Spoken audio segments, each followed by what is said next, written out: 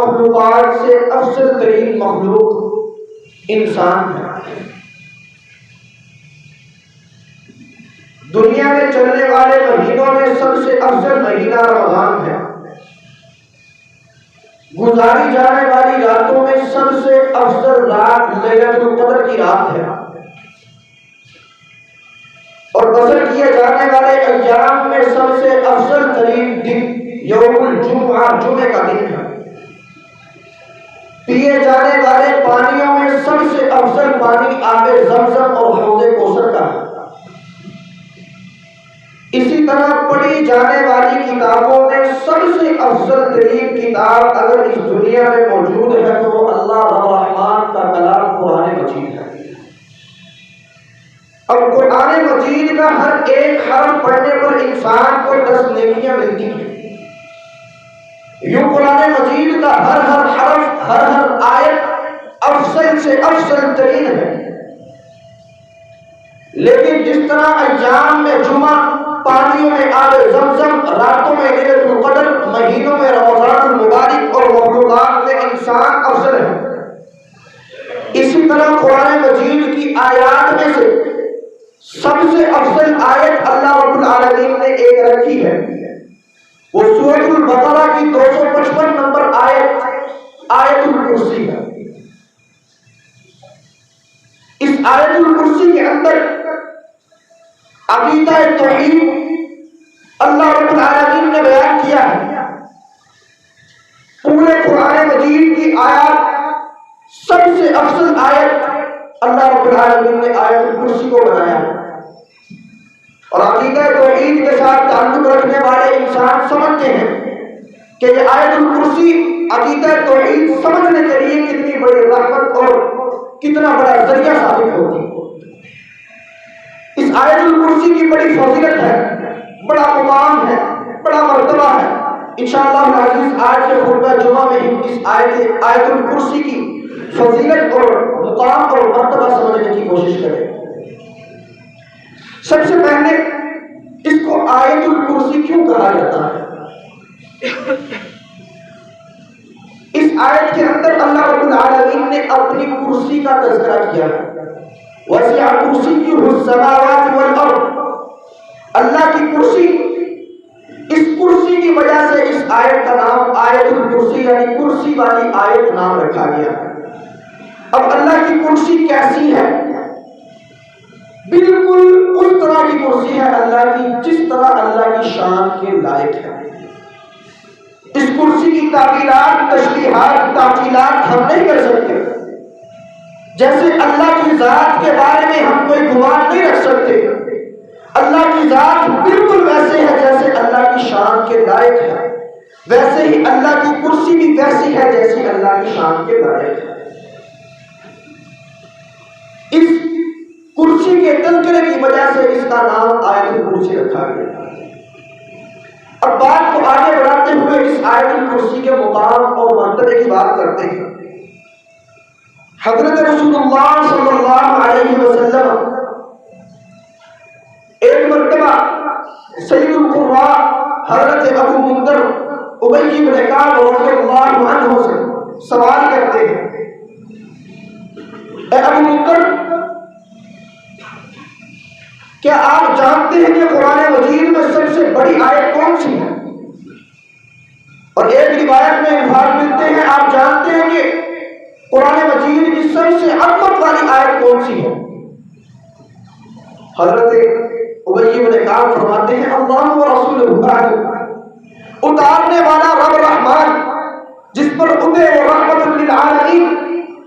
اور پوچھا ابی بن کعب سے جا رہا ہے، اللہ جانے اور اللہ کے رسول جانے سب سے عظمت والی سب سے بڑی آیت کون سی ہے؟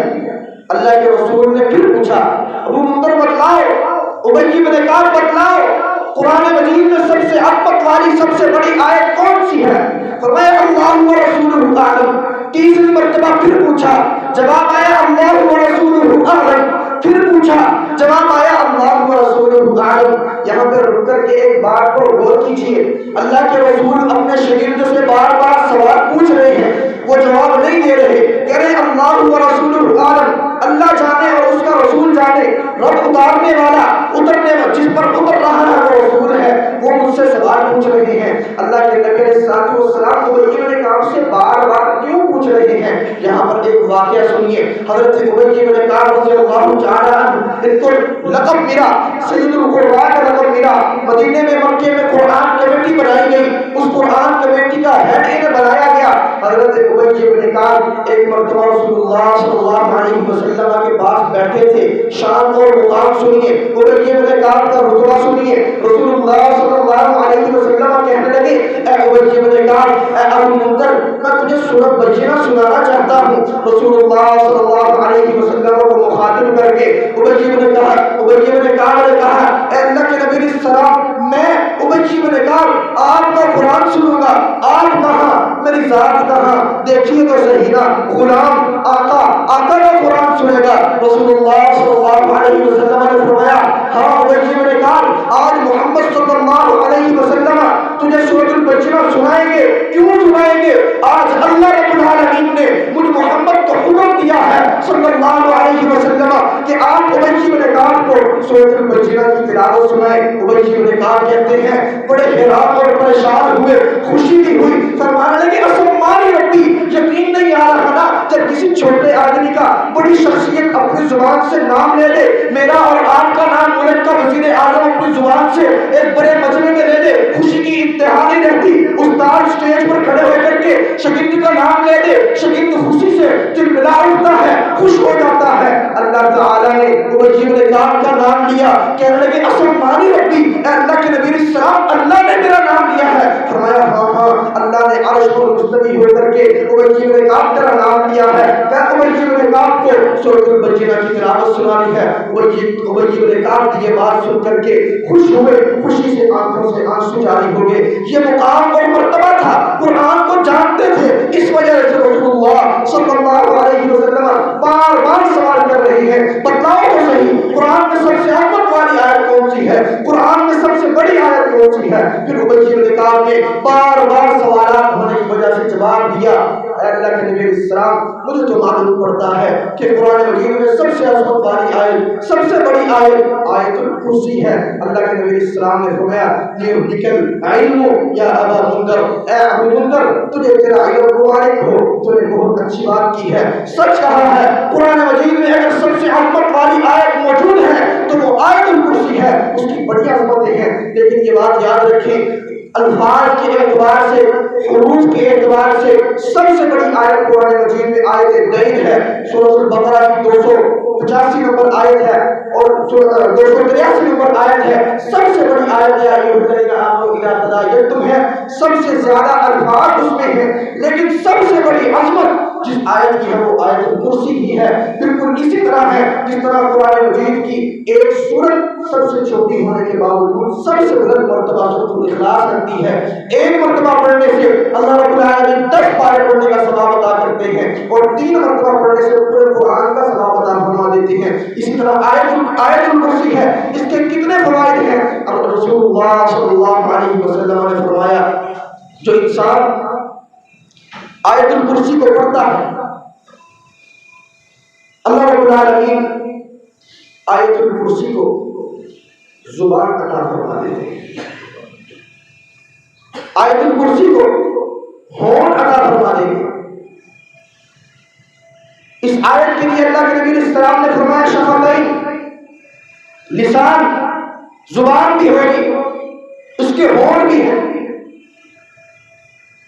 تقدس الملک، پوری کائنات کے بادشاہ کی پاکی بیان کرتی ہے، اور کس جگہ پر بیان کرتی ہے؟ اللہ کے عرش کے پائے میں کھڑے ہو کر کے اللہ رب العالمین کی پاکیزگی آیت الکرسی بیان کرتی ہے۔ اور مفسرین نے یہ بات لکھی، محدثین نے یہ بات نوٹ کی کہ جو انسان اس آیت الکرسی کا ورد اپنی زبان پر رکھتا ہے، قیامت کے دن پہ آیت الکرسی اپنی زبان اور اپنے ہونٹ لے کر کے اللہ کے دربار میں جائے گی، اللہ کو کہے گی یا اللہ یہ آدمی مجھے پڑھتا رہا ہے، اس کو بخش دے، اس کو معاف فرما دے، اس کو جنت کا داخلہ نصیب فرما دے، یہ آیت قرآن کی آیت ہے۔ اللہ رب العالمین کے نبی علیہ السلام نے فرمایا قیامت کا دن ہوگا، کوئی سفارشی نہیں ہوگا، سب کے سب کو اپنی اپنی پڑی ہوگی، سورج سوا نیزے پہ ہوگا، لوگ مارا ماری پھر رہے ہوں گے، نفسی نفسی کا عالم ہوگا، ہر کسی کو یہی ہوگا کہ میں جنت میں چلا جاؤں، ساری دنیا مجھ سے لے لی جائے، ساری دنیا ماں باپ بہن بھائی بیٹا دنیا کی ساری دولت مجھ انسان سے فدیے کے طور پہ لے لی جائے، مجھے اس محشر کی گرمی سے بچا کر کے جنت میں لے جایا جائے۔ نبیوں کو اپنی بڑی ہوگی، نبی اللہ کے جلال کی وجہ سے اللہ کے دربار میں جانا نہیں گوارا کریں گے، لیکن اس وقت ایک چیز اللہ کے دربار میں سفارش کے لیے جائے گی اور اللہ سے جھگڑا کرے گی، اللہ کے ساتھ مقابلہ کرے گی، اللہ سے کہے گی یا اللہ اس انسان نے راتوں کو اٹھ کر کے میری تلاوت کی تھی، اس مسلمان نے راتوں کو اٹھ کر کے مجھے پڑھا تھا، اس مسلمان نے میرے ذریعے تجھے یاد کیا تھا، یا اللہ میں قرآن تیرے سامنے اس آدمی کا سفارشی بن کے آیا ہوں، اس کو جنت ملا، جنت میں داخل ہوگا۔ یہ قرآن کی آیت ہے، اس سے پیار کریں گے تو اللہ رب العالمین کے سامنے جا کر کے آپ کی سفارشیں کرے گا کہ رسول اللہ صلی اللہ علیہ وسلم نے اس آیت الکرسی کی برکت سے دنیا کے اندر جو انعام بتائی، فرمایا جو انسان اس کو پڑھ لیتا ہے شیطان سے محفوظ ہو جاتا ہے، اللہ رب العالمین اس کے لیے فرشتہ سیکیورٹی کے لیے مقرر کر دیتے ہیں۔ ہم نے لاکھوں کروڑوں کی بلڈنگ بنانی ہو تو 20,000 ماہانہ ایک سیکیورٹی گارڈ لا کے کھڑا کرتے ہیں، پورے مہینے بعد اس کو 20,000 روپے دینا ہے اور طرح طرح کے تانے بھی دینے ہیں۔ ایک مرتبہ آپ اللہ رب العالمین پر یقین رکھتے ہوئے آیت الکرسی پڑھے، اللہ رب العالمین صبح سے لے کے رات تک آپ کے لیے ایک فرشتہ سیکیورٹی گارڈ مقرر کرے جس کو دنیا کی کسی چیز سے خطرہ ہی نہیں ہے، شیطان بڑے سے بڑا آ جائے، جنات آ جائیں، آپ کو نقصان پہنچانا چاہیں، لیکن آیت الکرسی کی برکت سے اللہ نے جو آپ پر ایک فرشتہ مقرر کیا ہے، ایک نگران مقرر کیا ہے، ایک محافظ مقرر کیا ہے، وہ آپ کی حفاظت کرے گا اللہ رب العالمین کی مدد کے ساتھ۔ وہ بڑا مشہور واقعہ، اس آیت الکرسی کے بارے میں بڑے ضعیف واقعات بھی ملتے ہیں، لیکن بخاری مسلم کے اندر ایک بڑا مشہور واقعہ ہے۔ رمضان المبارک کے ایام چل رہے تھے، حضرت ابو ہریرہ رضی اللہ تعالیٰ عنہ سارا فطرانہ جو اکٹھا ہو رہا تھا مسجد نبوی میں، اس فطرانے پر نگران مقرر تھے۔ رات ہوئی، ان کو ایک سایہ نظر آیا، سایہ بڑھتے بڑھتے قریب آتا گیا، قریب آ کر کے وہ جو سارا غلہ پڑا تھا، فطرانے کا سامان پڑا تھا، اس میں سے مٹھیاں بھر بھر کے اپنے جو اس کے پاس چیز تھی اس کے اندر ڈالنا شروع ہو گئی، چوری کرنے لگ گیا۔ حضرت ابو ہریرہ رضی اللہ تعالیٰ عنہ آگے بڑھے، اس کو پکڑ لیا، کہنے لگے اللہ سے ڈر، یہ کیا کر رہا ہے، چوریاں کرتا ہے۔ کہنے لگا بڑا یار میں بڑا مجبور ہوں، بڑا غریب ہوں، بچے رو رہے ہیں گھر میں، بڑا غریب ہوں، گزارا نہیں چلتا، کھانے کے لیے میرے پاس کھانا نہیں ہے، پینے کے لیے پانی نہیں ہے، کوئی چیز نہیں ہے۔ بڑی منت اللہ کی، حضرت ابو ہریرہ رضی اللہ تعالی عنہ بڑے نرم دل کے مالک تھے، چھوڑ دیا، کہاں جاؤ۔ صبح ہوئی، پیارے آقا جناب محمد رسول اللہ صلی اللہ علیہ وسلم نے ابو ہریرہ سے پوچھ لیا، کہا ابو ہریرہ رات کو تیرے چور کا کیا بنا؟ تیرے پاس رات کو ایک چور آیا تھا چوری کرنے، کیا بنا اس کا؟ کہنے لگے اللہ کے نبی میرے بڑی منت سواگت کی، اس نے بڑی منت ترلا کیا، مجھے ترس آ گیا، میں نے چھوڑ دیا۔ کہا ابو ہریرہ یاد رکھ وہ بڑا شریر ہے، وہ آج پھر آئے گا۔ ابو ہریرہ کو یقین تھا کہ آج پھر اس نے آنا ہے۔ رات ہوئی، پھر تیاری میں بیٹھے تھے، وہ پھر آیا، مسجد کے اندر داخل ہوا، مسجد سے وہ سامان اٹھانا شروع کیا۔ ابو ہریرہ نے جا کر کے پکڑ لیا، دبوچا، اس کو کہا یہ کیا کرتے ہو، اللہ سے ڈر جاؤ۔ پھر اس نے منت ترلا کیا، پھر ان کو حضرت ابو ہریرہ رضی اللہ تعالیٰ عنہ کو تبلے واسطے ڈالے، کہنے لگے بڑا غریب کو چھوڑ دیجیے۔ ابو ہریرہ نے پھر ترس آ گیا، کہا جا تجھے معاف کیا۔ صبح ہوئی، رحمت للعالمین صلی اللہ علیہ وسلم نے پھر پوچھا، ابو ہریرہ تیرے چور کا کیا بنا؟ اور رات کو آیا تھا۔ ابو ہریرہ کہنے لگے اللہ کے نبی علیہ السلام مجھے پھر ترس آ گیا، میں نے چھوڑ دیا۔ اگلا دن ہوا، حضرت رسول اللہ نے فرمایا آج پھر آئے گا۔ ابو ہریرہ پھر تاج میں بیٹھے ہیں، آج آئے گا تو میں پکڑ لوں گا اس کو، میں مسجد نبوی کے ستون سے باندھ دوں گا، نہیں چھوڑوں گا۔ آیا، انہوں نے پھر پکڑا، پھر اس نے منت کرنا شروع کر دیا، ابو ہریرہ چھوڑ دیجیے، بچے روتے ہیں، بیوی گھر میں روتی ہے، کھانے کو کچھ نہیں ہے، کیا کروں، کہاں جاؤں؟ ابو ہریرہ کہا نہیں، آج نہیں تجھے چھوڑنا، آج میرے نبی نے حکم کیا تجھے نہیں چھوڑنا، آج تجھے باندھ کے چھوڑوں گا۔ اس کو پتا تھا ابو ہریرہ رضی اللہ تعالیٰ عنہ کے ویک پوائنٹ کا۔ ابو ہریرہ رضی اللہ عنہ کا ویک پوائنٹ ایک تھا، یہ علم کے بڑے حریص تھے، جہاں سے ان کو علم ملتا تھا اس کے پیچھے دوڑ پڑتے تھے، اتنے حریص تھے کہ رسول اللہ صلی اللہ علیہ وسلم کے زمانے میں کھانے کے لیے ان کے پاس کچھ نہیں ہوتا تھا، دو دو تین دن چار چار دن بھوکے رہتے تھے۔ صحابہ کرام رضوان اللہ علیہم اجمعین فرماتے ہیں بھوک کی وجہ سے پیڑ پر دو دو پتھر باندھے ہوتے اور رسول اللہ صلی اللہ علیہ وسلم کے گزرنے کے راستوں میں لیٹے ہوتے تھے کہ یہاں سے رسول اللہ گزرے گے تو میں ان سے حدیث سیکھوں گا۔ اتنے حریص تھے علم کے۔ اس آدمی کو رسول حضرت ابو ہریرہ کے ویک پوائنٹ کا پتا تھا، یہ علم کا حریص ہے۔ اس نے کہا میں تجھے ایک ایسی بات بتاتا ہوں جو تیرے لیے دنیا و آخرت میں بڑی کام آئے گی۔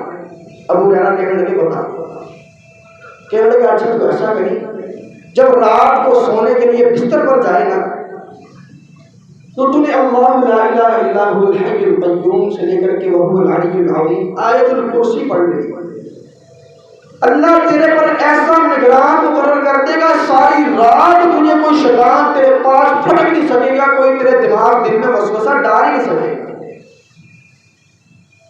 انہوں نے یہ بات سن کر کے اس کو چھوڑ دیا۔ اگلا دن ہوا، جناب محمد رسول اللہ صلی اللہ علیہ وسلم نے پھر پوچھا ابو ہریرہ تیرے چوٹ کا کیا بنا؟ ابو ہریرہ کہنے لگے اللہ کے نبی علیہ السلام رات کو پھر آیا تھا، مجھے بڑی اچھی بات کہہ کے گیا، میں نے وہ بات سن کر کے اس کو چھوڑ دیا، وہ بات میرے لیے دنیا و آخرت میں بڑی مفید ثابت ہو گئی۔ رسول اللہ صلی اللہ علیہ وسلم نے پوچھا کون سی بات ہے؟ انہوں نے بتلایا، اس سارا قصہ بتلایا۔ حضرت رسول اللہ صلی اللہ علیہ وسلم نے فرمایا یہ بات یاد رکھ، وہ جو تیرے پاس 3 دن آتا رہا وہ کوئی عام انسان نہیں تھا، وہ شیطان خود انسان کے روپ میں تیرے پاس آتا تھا، اور وہ تجھے اپنے آپ سے بچنے کے لیے وظیفہ دے کے گیا ہے، تو جب وہ اس کو اپنی جان کی پڑ گئی تو تجھے وظیفہ بتلا گیا ہے، اب تو جب رات کو یہ پڑھ کے سوئے گا اللہ رب العالمین کی طرف سے تیرے لیے نگران فرشتے مقرر ہو جائیں گے۔ رسول اللہ صلی اللہ علیہ وسلم نے فرمایا صبح کے وقت آیت الکرسی پڑھ لیجیے، شام تک اس انسان کو اللہ رب العالمین کی حفاظت میں لے لیا جاتا ہے، اللہ اس کو اپنی حفاظت میں لے لیتے ہیں، پھر اس کو کوئی نقصان پہنچانے والا نہیں۔ جو شام کو پڑھ لے صبح تک اس کی حفاظت کرنے کے لیے اللہ رب العالمین ذمہ لے لیتے ہیں حفاظت کا۔ رسول اللہ صلی اللہ علیہ وسلم کی ان فرمودات کی بنا پر انسان کے لیے بہت ہی دنیا میں بھی فائدے ہیں، آخرت میں بھی فائدے ہیں۔ اور شروع میں نے بات کی کہ ایک حرف پڑھنے سے انسان کو 10 نیکیاں ملتی ہیں، اور آیت الکرسی پڑھنے میں کتنا وقت لگتا ہے؟ ابھی میں نے شروع میں تلاوت کی کہ 30 سے 35 سیکنڈ بھی لگے ہوں گے، زیادہ سے زیادہ انسان پڑھ لے آہستہ سے آہستہ 1 منٹ لگ جائے گا۔ آیت الکرسی کے اندر 192 حروف ہیں، اور نبی علیہ السلام نے فرمایا لا اقول الف لام میم حرف ولكن الف حرف ولام حرف ومیم حرف، میں یہ نہیں کہتا کہ الف لام میم ایک حرف ہے، بلکہ ان 3 الفاظ ایک لفظ کے اندر الف ایک علیحدہ حرف ہے، لام ایک علیحدہ حرف ہے، میم ایک علیحدہ حرف ہے۔ جو ایک مرتبہ الف لام میم پڑھ لے اس کو 30 نیکیاں ملیں گی، جو آیت الکرسی کو ایک مرتبہ پڑھ لے 1920 نیکیاں اس انسان کے کھاتے میں ڈال دی جائیں گی۔ 192 انسان کے اس آیت کے اندر حروف ہیں اور ہر حرف پہ 10 نیکیاں اس انسان کو ملیں گی. دن کے اندر جتنی مرتبہ پڑھیں گے اس انسان کے لیے اتنی نیکیاں بڑھتی جائیں گی. اگلی بات سنیے, رسول اللہ صلی اللہ علیہ وسلم نے جو ارشاد فرمایا, ہم میں سے ہر مسلمان کا ایک ہی مشن ہے. جو انسان کلمہ کو ہے, عقیدہ توحید پر ہے, جو انسان رسول اللہ صلی اللہ علیہ وسلم کو مانتا ہے, آخری پیغمبر مانتا ہے, جو بھی ہے, ہر انسان کا ایک ہی مقصد ہے, کسی طرح جنت میں چلا جاؤں, جہنم سے چھٹکارا مل جائے. ہم ہر روز جنت میں جانے کے لیے اعمال کرتے ہیں, کوششیں کرتے ہیں, لالچ کرتے ہیں, جہنم سے بچنے کے لیے صدقات دیتے ہیں, خیرات دیتے ہیں, زکات ادا کرتے ہیں. لیکن رسول اللہ صلی اللہ علیہ وسلم نے ایک عمل ایسا بھی بتایا ہے جو انسان دن میں 5 مرتبہ کر لے جنت پکی ہے. رسول اللہ صلی اللہ علیہ وسلم نے فرمایا, ہر فرضی نماز کے بعد ایک مرتبہ آیت الکرسی کو پڑھ لیجیے. اللہ رب العالمین کے نبی السلام نے فرمایا, جو انسان ہر فرضی نماز کے بعد ایک مرتبہ آیت الکرسی پڑھ لیتا ہے, پھر اس کی موت اور اس کے اور جنت کے درمیان صرف ایک چیز رکاوٹ رہ جاتی ہے, وہ ہے موت. جیسے یہاں پر اس کے پاس ملک الموت آئے, روح قبض کی, دنیا سے بھی ایک قدم اٹھا, یہاں سے ایک قدم اٹھ رہا ہے, وہ قدم آگے جا کے جنت کے اندر داخل ہو رہا ہے. فرض نماز کے بعد ایک مرتبہ آیت الکرسی پڑھ لے. اللہ کے رسول صلی اللہ علیہ وسلم نے یہ فضیلت بتائی. فجر کے بعد, ظہر کے بعد, عصر کے بعد, مغرب کے بعد اور عشاء کے بعد. لیکن یہ بات یاد رکھیں, صرف رٹا لگانے سے کوئی فائدہ نہیں ہوگا. صرف رٹا لگانے سے محض زبان سے جاری ہوگا, نیکیاں تو مل جائیں گی, لیکن عملی زندگی پر کیا فرق پڑ رہا ہے؟ جیسے تھے ویسے کے ویسے ہی. آیت الکرسی 5 نمازوں کے بعد بھی پڑھیں, رات کو سونے سے پہلے بھی پڑھیں, صبح بھی پڑھیں, شام بھی پڑھیں, لیکن درباروں پہ جا کر کے پھر بھی دعائیں مانگ رہے ہیں. اللہ کے علاوہ غیر اللہ سے مدد بھی مانگ رہے ہیں, ان کے لیے نظر و نیاز بھی چلا رہے ہیں, سجدے بھی کر رہے ہیں. کیا فائدہ ہے آیت الکرسی کا؟ کیا فائدہ ہے ایسی سورۃ الاخلاص پڑھنے کا؟ کیا فائدہ ہے ایسے قرآن پڑھنے کا جس میں اللہ رب العالمین نے کھول کھول کر کیا عقیدہ توحید بیان کیا؟ فرمایا اللہ لا الہ الا ہو, اللہ کے علاوہ کوئی الہ موجود نہیں ہے اس دنیا میں, کوئی معبود نہیں ہے. اگر معبود اس دنیا میں ہے تو صرف ایک ہے, تو اللہ ہے. اللہ کے علاوہ کوئی معبود نہیں ہے. صبح بھی پڑھ لوں, دوپہر کو, صبح شام 5 مرتبہ دن میں پڑھ لوں, رات کو بھی پڑھ لوں, تسبیح پڑھ لوں, 1000 مرتبہ دن میں آیت الکرسی پڑھ لوں, لیکن پھر بھی جا کر کے غیر اللہ کے نام پر نظر نیازیں چلاؤ, اللہ کی قسم اللہ کو ایسی آیت الکرسی کی کوئی ضرورت ہی نہیں ہے. تمہارے نامہ اعمال میں ثواب کی بجائے گناہ نکل جائیں گے. کیوں اللہ کو ایک اللہ کا اقرار کرتے ہو, قول سے تو کہتے ہو لیکن فعل سے کہتے ہو نہیں نہیں میں تو جڑا کیا سی سارا جھوٹ ہے. زبان سے تو میں کہہ دیتا ہوں لا الہ الا اللہ, لیکن جا کر کے پھر لوگوں سے اللہ کے علاوہ قبر والوں سے, بتوں سے اور جو بھی ہے پیروں فقیروں سے اللہ کے علاوہ اللہ کی برابر ان کو جا کر کے بٹھا دیتا ہوں. میرے قول اور فعل میں جب تضاد آ گیا, اللہ تو ایسی چیزوں کو پسند کرتا ہے. اللہ کے کھاتے میں ایسی چیزیں اللہ کے جو اللہ آپ کے نامہ اعمال میں اللہ تعالیٰ ایسی نیکی کو پسند نہیں کرتے جس میں آپ کے قول اور فعل میں تضاد ہے. فرمایا یا ایھا الذین آمنوا لم تقولون ما لا تفعلون, اے ایمان والو ایسی باتیں کیوں کرتے ہو جس پر تم ایمان نہیں لا سکتے, جس پر تم عمل نہیں کر سکتے. لم تقولون ما لا تفعلون, ایسی باتیں کیوں کرتے ہو جس پر تم عمل نہیں کر سکتے. لا الہ الا اللہ تو کہہ لیتا ہوں, محمد رسول اللہ تو کہہ لیتا ہوں, لیکن اللہ کے علاوہ دوسروں کے دروں پر جا کر کے جھکنا بھی پسند کرتا ہوں. اللہ کے علاوہ دوسروں کے دروں پہ جا کر کے سجدے بھی کرتا ہوں, رکوع بھی کرتا ہوں, نظر نیاز بھی چڑھاتا ہوں. شرم نہیں آتی ہے. رسول اللہ صلی اللہ علیہ وسلم کے رسول اللہ کو آخری پیغمبر بھی مانتا ہوں, رسول اللہ کو رسول بھی مانتا ہوں, لیکن داڑھی رکھتے ہوئے شرم آتی ہے کیونکہ بیوی نے منع کیا ہے, کیونکہ میری والدہ نے کہا ہے. گھر والے ناراض ہو جائیں گے, باہر والے ناراض ہو جائیں گے, مارکیٹ والے ناراض ہو جائیں گے. اللہ کو ایک بھی مانتا ہوں لیکن اللہ کے احکامات پہ عمل نہیں کرتا. رسول اللہ کو آخری نبی بھی مانتا ہوں, نبیوں کو سردار بھی مانتا ہوں, رسول اللہ کے عمل کو حجت بھی مانتا ہوں,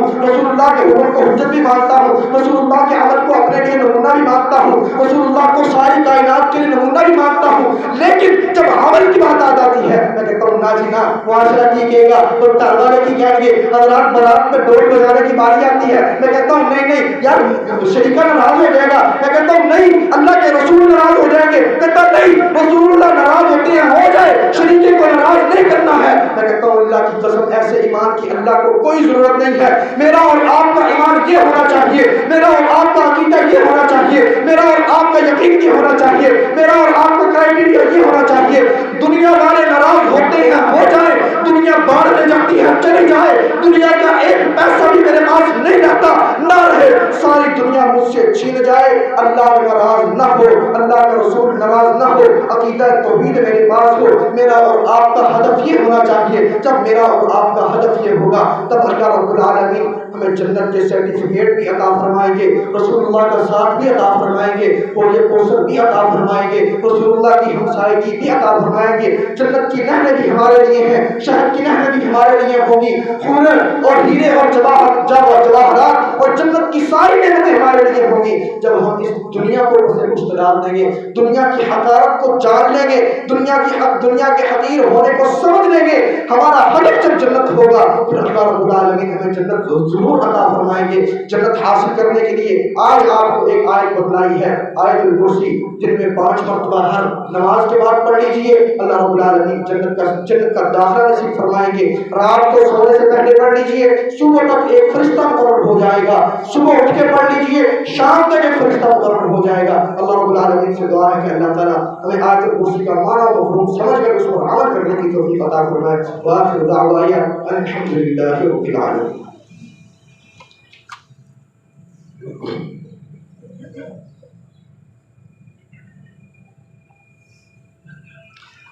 الحمد لله رب العالمين والصلاة والسلام على أشرف الأنبياء والمرسلين، أما بعد فأعوذ بالله السميع العليم من الشيطان الرجيم من همزه ونفخه ونفثه، بسم الله الرحمن الرحيم، وما آتاكم الرسول فخذوه وما نهاكم عنه فانتهوا۔ محترم سامعین، آج کے خطبہ جمعہ میں ہم نے آیت الکرسی کی فضیلت، اس کا مقام اور مرتبہ بیان کرنے کی کوشش کی۔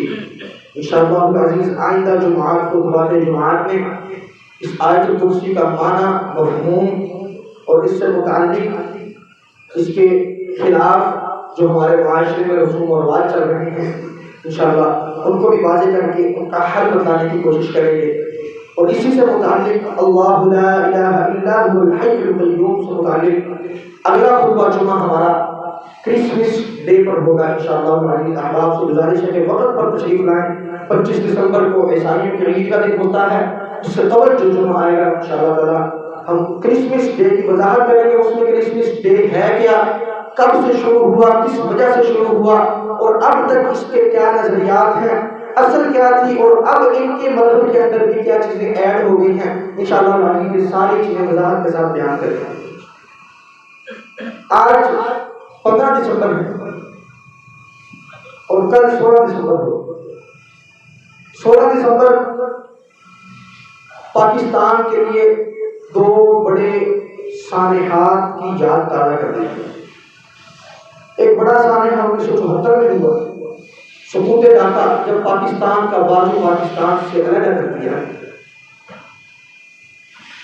اور دوسرا سانحہ 16 دسمبر 2014 کو ہوا، آرمی پبلک اسکول پر حملہ کر کے سینکڑوں بچوں کو موت کی منہ چلا دیا گیا۔